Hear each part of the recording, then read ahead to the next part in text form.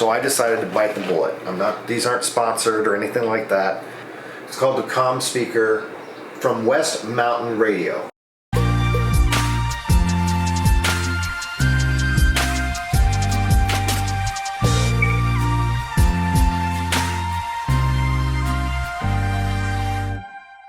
I purchased this last year sometime when I was dealing with a lot of RFI in my shack. I am on the second floor. I had to get some extra things to help deal with RF getting back into the shack. One of them was this. It's the artificial ground. And that actually helped quite a bit. But I do notice that like when it was really winter and we had tons of snow on the ground and a lot of melting several days and then more snow and then melting, so the soil was really wet. It didn't work so hot. It had very little impact on how much I could remove coming back through my ground. But when you have decent weather like this, even with rain and stuff, it works really well. However, I still couldn't find a good set of speakers. Now, I have the Flex 6600M, which is a standalone radio. You don't need a computer. With that being said, I don't really use the computer a whole lot. I mean, I do if I'm running like FL Digi or FT-8 or something like that. I don't use it for normal operation of my radio. I really prefer using the front panel on the 6600M more than using a computer. I don't listen to my radio through my computer. I listen to it directly. So I didn't need a good set of speakers to hook to my computer. I could care less about that. I just wanted some speakers that would work well for just the ham part of it. I didn't care about computer audio. So that's why I didn't even try it with the more expensive Bose or anything like that, which people have been recommending, but it wasn't something I needed.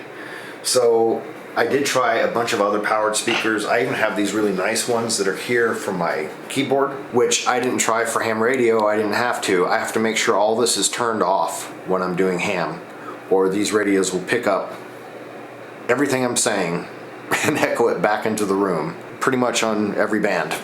So even when I have this RF detector turned all the way up and the needle is literally way down here on 0, those speakers pick me up. And several other speakers I tried also picked me up. So I decided to bite the bullet. These aren't sponsored or anything like that. It's called the COMspkr from West Mountain Radio. That's the domain as well, www.westmountainradio.com. That's what they look like. They work. They don't pick up anything for me. And I have RF issues here that I've had to deal with. The only time they've given me an issue, and they do pick up a little bit of audio at times, was again when my artificial ground couldn't even work because the ground outside was so wet and soaked all the way through that the artificial ground wasn't helping me, so I couldn't control any of that. And so when that was the case, this still let some of my RF slip into the speaker. But as long as you've taken care of your RF to at least to the degree in which I have, and if you've had trouble with a bunch of other speakers without any luck getting them to work, and you don't want to spend a couple $100 on some Bose, or if you just want something just simple for listening to just ham radio, because you don't need Bose for that. Voice is a very limited range of audio. So these seem to do the job. It's just a quick review. Would I necessarily recommend it? Again, I think it's going to be hit and miss for anybody that's trying to try this stuff.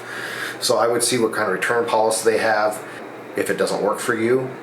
But if you've come to a dead end with any other speakers you've tried, and I would be curious if you've come to a dead end with even like the nicer Bose that some people have recommended, which you may not, but they're a lot more expensive. Share in the comments. Share what speakers have worked for you. Again, I picked these, although they're expensive for what they are. They really are. They were like $50, $45 to $50 by the time you're done with shipping everything. That's not cheap. They're cheap speakers. They're nothing to write home about. But they do seem to work, and they sound fine. I don't have an issue with how they sound. They do the job. They do what I intended them to sound like. I'm not going to bother to really show. I guess I could show you, but you're not going to really know from the camera microphone, but I'll show you what they sound like. Now this is the curve I use for my radio, so just be aware I'm not playing them flat. I guess I could turn it off and make it play flat. Let me just do that. I'll turn the EQ off so they're flat, so at least you can see what they would sound like flat. Again, it's through a camera. I don't know if it's really going to help you a whole lot. But they fit really nicely under here. They are only USB powered, so I have it plugged into the power off my computer, so just be aware of that. It doesn't have its own little power thing. So I didn't really like that. I wish it came with its own power adapter, but it's relatively short. I didn't like that either. It's relatively short, and so I just plugged it into the computer that they're sitting underneath. But then the audio is running right to my Flex radio. Bands aren't really good today, so having a hard time finding anybody that's really loud. So that's full volume.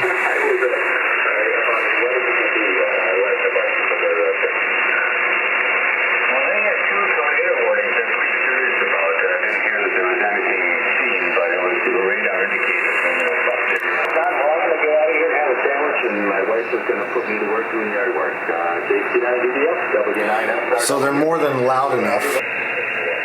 See, this is as loud as the front speaker gets. If you can hear that. I've always felt the Flex radio speaker was a little on the wimpy side. My 817 gets much louder. If you turn your EQ like that, I found it's a little easier to hear, at least with my ears. But that's as loud as it'll go. So I guess that's all I have to say about the speakers at the moment. If you're having bad luck with other speakers, you can give them a try. While I have you here, just real quick, I'll just update you with other products I bought and let you know how I'm continuing to feel about them. So we'll start with the Yeasu FT-817ND. 818 is the new model. Don't waste your money on it. There's a lot better products out there. It does the job. It's 5 watts. It's a kind of good for portable, but my biggest beef with that radio is, unless you use it all the time, going through the menus is just really hard to remember, and I have to practically relearn the radio every time I pull it out of mothballs to use it. That's really my biggest complaint. Otherwise, I think it works fine, but it's not worth it for the money. Don't even waste your time with it. So that's the 817, 818, those radios. Just move on. There's better products in the QRP world for actually less money. And then if you want something that looks really sweet for the QRP world, if I was to buy another radio, I would probably look at that new, it's more expensive, but I would probably look at that new one, that new QRP rig that came out a year or so ago from Icom. I don't remember the number, but that thing looks pretty nice. So yeah, don't waste your money on 817. It's not worth it. 891 FT-891, which that thing I got used from basically like an estate sale. I paid like $400 with the tuner.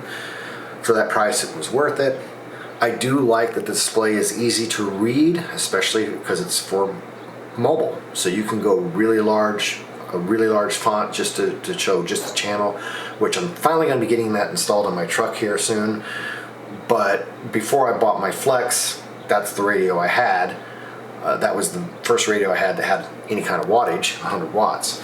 And it did the job, it worked really well. I do really like the contour filter that comes in that radio, but all in all, the other filters in that radio weren't nothing necessarily special. They were adequate, they did the job. If you're buying a radio in that price range and you want it for home, no brainer, 7300 I think is probably where you would want to go. I don't own a 7300, but I have used a 7300, and if I had to buy a radio that was HF with 100 watts cheap for home, I would say the Icom 7300.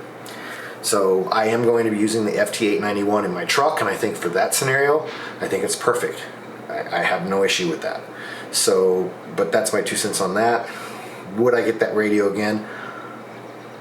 I honestly don't know. I have a 2-meter radio that does DMR and just analog as well.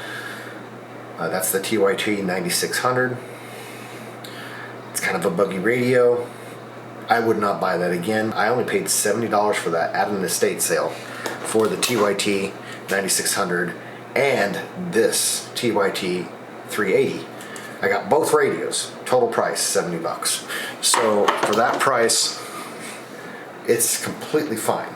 Another radio that I have that I bought that was old, it came with the power supply. It was the 730, the Icom 730. Old radio, 30, 40 years old, I think. Very basic. You can get those things for like $150. I paid $150. Microphone, headphone, everything but a tuner. $150. And it even came in its original boxes, which I still have. They were discolored because they were the original boxes and they're like 30, 40 years old. But I think that was a 1990 radio, so 30 years. But it seems to do the job. If you're needing to get an HF cheap, look for those older radios. You will find them if you just are patient for the cheap. With that radio, I will put it to use. I just haven't put it to use yet. I'm hoping my daughter will get her general license and then she can make use of it. So overall, $150, it was a good radio for that price. No complaints. 891, $400 with the tuner. I'd buy it any day of the week for that price if I'm going to put it in my truck. I wouldn't buy it for home. It's kind of boring. I'd buy 7,300 if I needed to keep on a budget. So, of course, I've got a slew of Bofang radios. I have no issue with them. You know, you could buy 6 of them for the price of one Yeasu that does the same thing, and they're disposable. You know, if you drop it in the water or anything, you won't care. You know, that Jacob and my daughter have technical licenses, and so when we go rafting, we all take our radios, and if we drop it in the river, we don't care. It was like $35-40, right? So that's my thought on the Bofang. It is what it is. I think they're fine. I mean, it does the job. This little radio right here, the 380, the TYT 380. I am only using that radio just for DMR to my hotspot. I have this guy right here, the Hot Chili Pepper 1. It seems to do the job just fine. It is what it is. It has a built-in battery, although I use it mostly for home, and so I'm sure the battery's shot by now because it's always plugged in. So the other thing I don't like is when you unplug it from power, it restarts the whole modem. So 100% charge. I don't know how long it's going to last. It has. I don't know. It does its job. I'm not overly impressed with it though. I mean, it's a Pi. I think it's just like a Raspberry Pi or something in there, and it's running Pi Star, and that's it. So I think I paid $300 for that. I like the idea of it.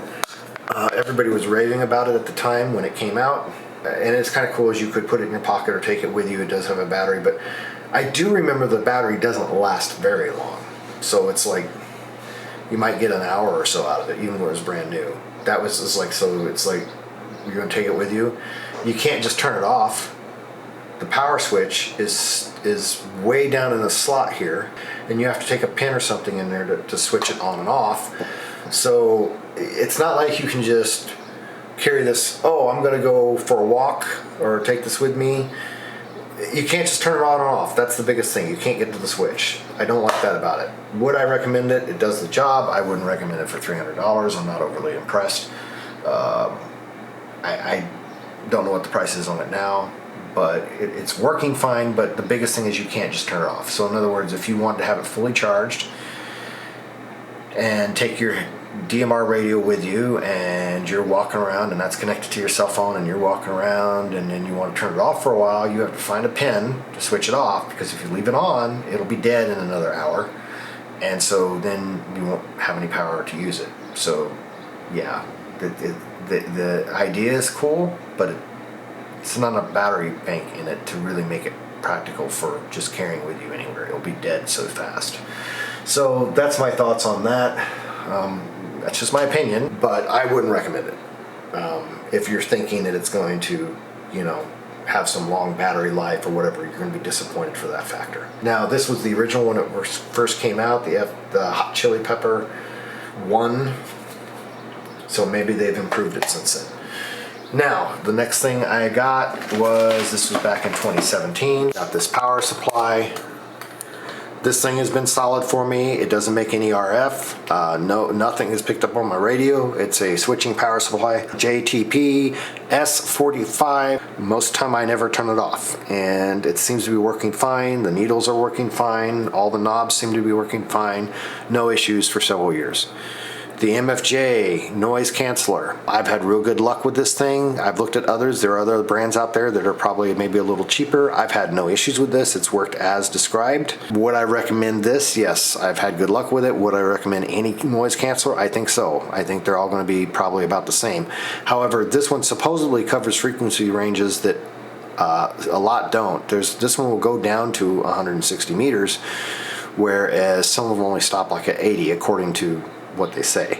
I can actually use this for some of the upper AM bands as well if I want to help filter out noise. It really only starts losing at about 1300. The artificial ground, as I mentioned, I would be totally out of luck if I did not have one. I think it's highly overpriced for what it does, and if the ground is really, really wet, it doesn't work for me, but it does work.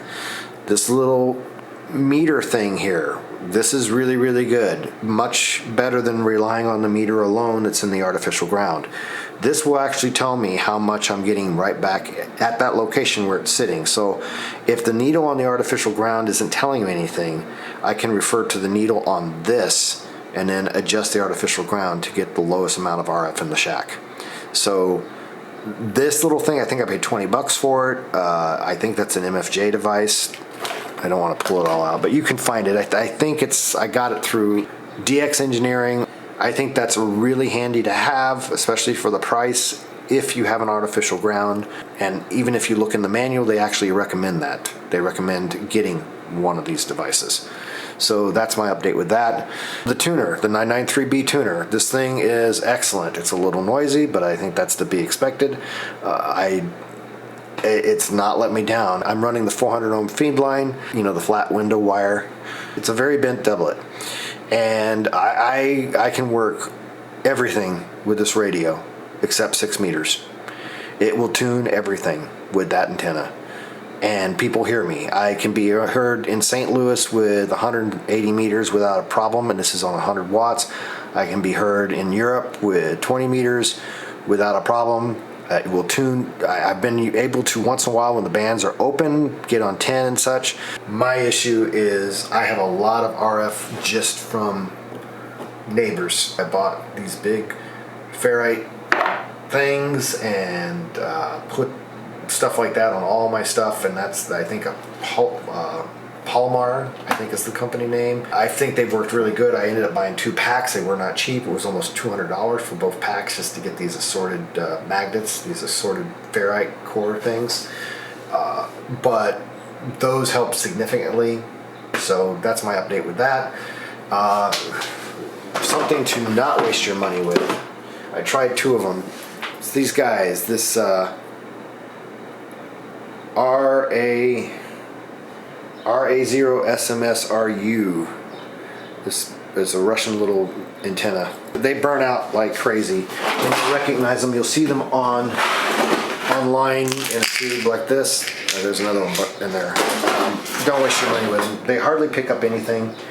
I was using it as a noise antenna, but I got tired of frying it. And honestly, I just decided to run a speaker wire. I don't know if you can see it. All the way down to the corner, and that is receive only, and that's what I'm using primarily as my noise antenna for my MFJ noise canceller. I do have a crossover switch that I use. The first one fried some of my gear, so I had to be very careful about what I do with that, and I changed how I have everything hooked up. So right now I only use that crossover cable on receive only antennas, and since doing that, you're not going to fry anything with a receive only antenna, right? So I would not recommend that. Right down there is an MFJ crossover.